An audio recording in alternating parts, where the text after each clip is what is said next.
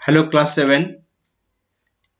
In our last computer class in chapter 5 spreadsheet and introduction, we started the fundamentals of a spreadsheet.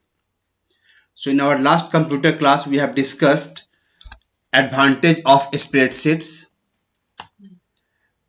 Means by default it creates the arrangement of data into columns and rows. The data that is input into the spreadsheet can be either in the forms of numbers like 0 to 9, strings, any sign, symbols, any text, any word, that is strings, formulas which begins with the equal to sign. It has some inbuilt programs. We can choose to work. MS Excel spreadsheet enhances to analyze large amount of data.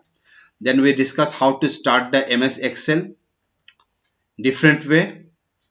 Then we discuss the component under file tab, which are new, open, save as, save, close, info, resend, print and exit.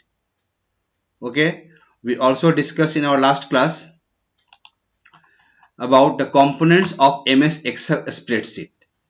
The different components of MS Excel spreadsheets are quick access toolbar, title bar, menu bar, file button, ribbon, default cell, name box, formula bar, row header, column header, sheet tab, insert sheet tab and vertical scroll bar and horizontal scroll bar.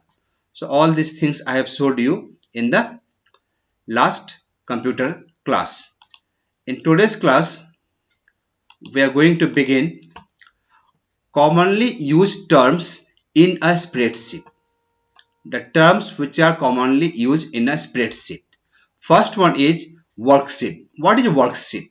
See, each page of the workbook is called worksheet. Whatever page is open in MS Excel, that is called a worksheet. The active worksheet is displayed in the window. The default worksheets are sheet 1, sheet 2, sheet 3. At a time, it can show 3 sheets. Just let us see in MS Excel. Open the MS Excel. See here. Okay. So see here. This is the worksheet. It is a worksheet. And by default, it is displayed on the window, and the default worksheets are, see here, look at the bottom, sheet 1, sheet 2 and sheet 3. These are the defaults worksheet at a time shown by the MS Excel, sheet 1, sheet 2 and sheet 3. Okay, so this was the worksheet. So what is definition? Each page of the workbook is called worksheet, and the default active worksheet is displayed in the window as I showed you just now. See, this is the default active worksheet. Alright. Second term, workbook. What is a workbook? Workbook is a file which contains a number of worksheets. See, it contains many worksheets according to our requirement. You can create many worksheets in workbook. A workbook is a file which consists of many worksheets. By default, as usual, 3 worksheets, which one? Sheet 1, sheet 2 and sheet 3 are present in a workbook. We can add also or remove also sheets from a workbook as per the requirement. So once again I'll show you, like this present worksheet. It has got how many sheets now? Sheet 1, sheet 2, sheet 3. So when collection of worksheets are called workbook. So we have finished what is a worksheet, what is a workbook. Okay, the next terms related to spreadsheet is rows. Rows are horizontal lines of a worksheet. They are referred by using numbers as 1, 2, 3, 4 and so on. A worksheet contains maximum 65,536 rows. And how they are numbered? 1, 2, 3, 4. Just I'll show you. See in MS Excel. See the rows 1, 2, 3, 4, 5, 6, 7, 8. Like this. You go on down. We have how many rows? 65,536 536 rows till last.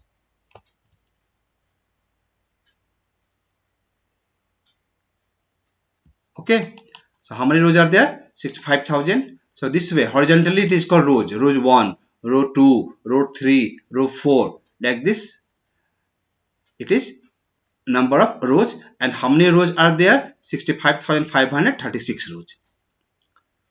Okay, next is columns, and how the rows are numbered 1 2 3 4. Okay, next one, columns. What are the columns? Columns are the vertical lines of a worksheet. See here, vertical lines. These vertical lines: column A, column B, column C, column D, column E, and so on.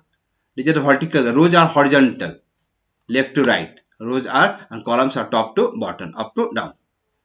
Column A, column B, column C. Okay. So columns are the vertical lines of a worksheet. They are labeled from A to Z, and after A to Z means only 26 column. After that it begins column AA, the next column is AB, the next column is AC till AZ. Then BA, BB, BC, then CA, CB, CC.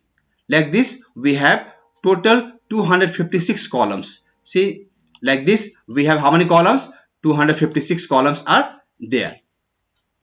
Okay, so now we know what is a worksheet, what is a workbook, what are the rows, what are the columns. So there are how many rows? 65,536 rows. There are how many columns? 256 columns. Next term is cell.